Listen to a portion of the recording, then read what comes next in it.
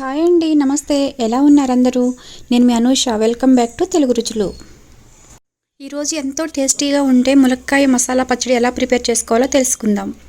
ఇది ప్రిపేర్ చేసుకోవడం అయితే చాలా ఈజీ అండి, కానీ టేస్ట్ మాత్రానికి చాలా బాగుంటుంది.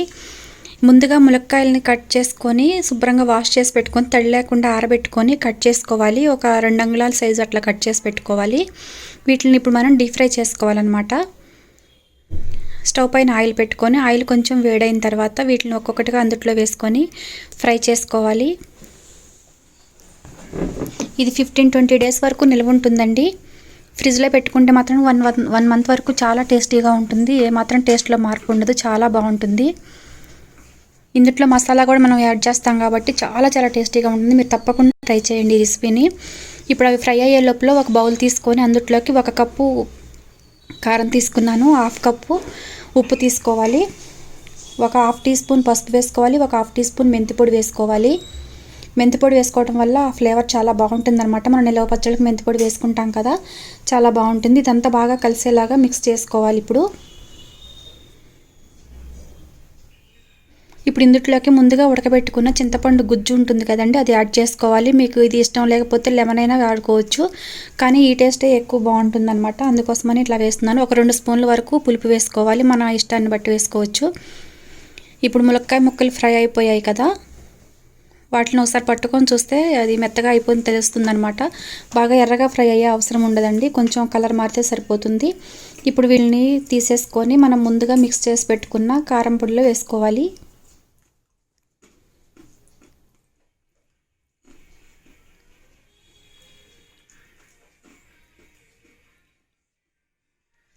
అన్ని ముక్కలు తీసుకొని అందులోకి వేసుకున్న తర్వాత అదంతా బాగా మిక్స్ చేసుకొని పక్కన పెట్టుకోవాలి. ఈలోపు మనం మసాలా ప్రిపేర్ చేసుకుందామండి. వేరే స్టవ్ పైన చిన్న కళాయి పెట్టుకొని అందులో ఒక 4 స్పూన్ల వరకు ఆయిల్ వేసుకోవాలి. ఆ తర్వాత 1 స్పూన్ అల్లం వెల్లుల్లి పేస్ట్ వేసుకొని దాన్ని ఫ్రై చేసుకోవాలి.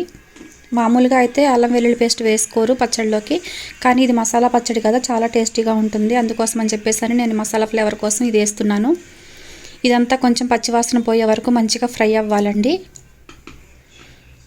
నేను ఈ మసాలా వేస్తున్నాను కాబట్టి వెల్లుల్లిపాయలు అందుట్లో వేయలేదు. మామూలుగా మనకు మసాలా ఇష్టం లేకపోతే కనుక మనం వెల్లుల్లిపాయలు దంచుకొని మనం ఆ కారపొడిలో కలుపుకోవాలి. ఆ తర్వాత ఒక 1 టీ స్పూన్ ధనియాల పౌడర్ వేసుకోవాలి. ఇది కూడా కొంచెం ఫ్రై అయిపోయిన తర్వాత ఇదంతా బాగా మిక్స్ చేసుకొని ఇప్పుడు దీనిలోకి మనం ముందుగా కలిపి పెట్టుకున్న ములక్కాయలు కారపొడిలోకి ఇది కూడా మిక్స్ చేసుకోవాలి. మీరు ఒక్కసారి ట్రై చేశారంటే అస్సలు వదిలిపెట్టరండి, అంత బాగుంటుంది. చాలా టేస్టీగా ఉంటుంది, తప్పకుండా ట్రై చేయాలి. ఇప్పుడు ఇదంతా బాగా కలిసిపోయేలాగా మిక్స్ చేసుకోవాలి. ఇప్పుడు ఆయిల్ ఎక్కువగా కనిపించదండి, కానీ ఒక 1 డే తర్వాత చూస్తే అందులో ఆయిల్ సపరేట్ అయిపోయి పైకి ఆయిల్ తేలుతుందనమాట. అందుకని నేను ముందుగా ఎక్కువ ఆయిల్ వేసుకోవట్లేదు, తర్వాత మళ్ళీ ఎక్కువైపోతుంది. ఇదంతా ఒక సీసాలో పెట్టుకుంటే ఒక 1 మంత్ వరకు మాత్రం పాడవకుండా చాలా టేస్టీగా ఎంజాయ్ చేయొచ్చు. మీరు కూడా తప్పకుండా ఈ రెసిపీని ట్రై చేసి మీకు ఎలా కుదిరిందో మీ కామెంట్స్ ద్వారా తెలియచేయండి. మరిన్ని హెల్తీ అండ్ టేస్టీ రెసిపీస్ కోసం తెలుగు రుచులు ఛానల్ సబ్స్క్రైబ్ చేయండి, లైక్ చేయండి, షేర్ చేయండి, కామెంట్ చేయండి.